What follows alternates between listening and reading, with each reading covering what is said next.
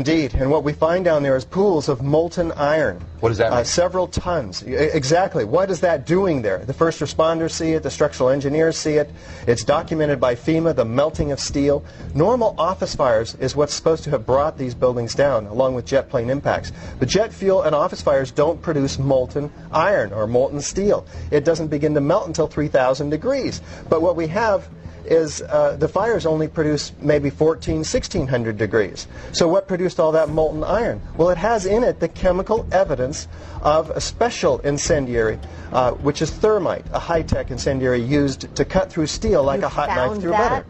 Indeed, in all of the dust throughout lower Manhattan, we have a 4 to 6 inch thick layer of this dust, and throughout it we have evidence of tiny spheres, billions of them, several tons of previously molten iron. Well, how does that happen?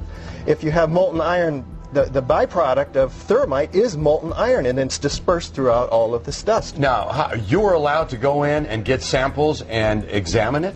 Oh, there's plenty of dust. A lot of people have this dust, and 4 of these samples have been sent to physicist Stephen Jones, formerly Brigham Young University. And they find in it not only these spheres, which others have found too, USGS, R.J. Lee, doing toxicological studies.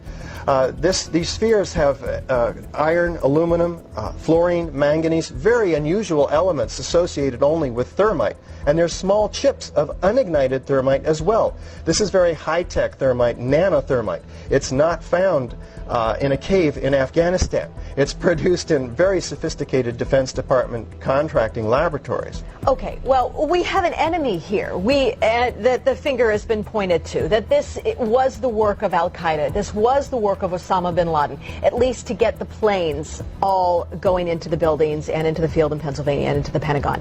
Is there no way that they then could still be the enemy that placed those in the buildings first and then did the incendiary device via a plane second? Right. Well, what you have to ask is who had access to the buildings? Did Al-Qaeda have access to these highly secure buildings? Probably not. Did they have access to sophisticated nanothermite where the particles are 1,000 times smaller than a human hair? Probably not.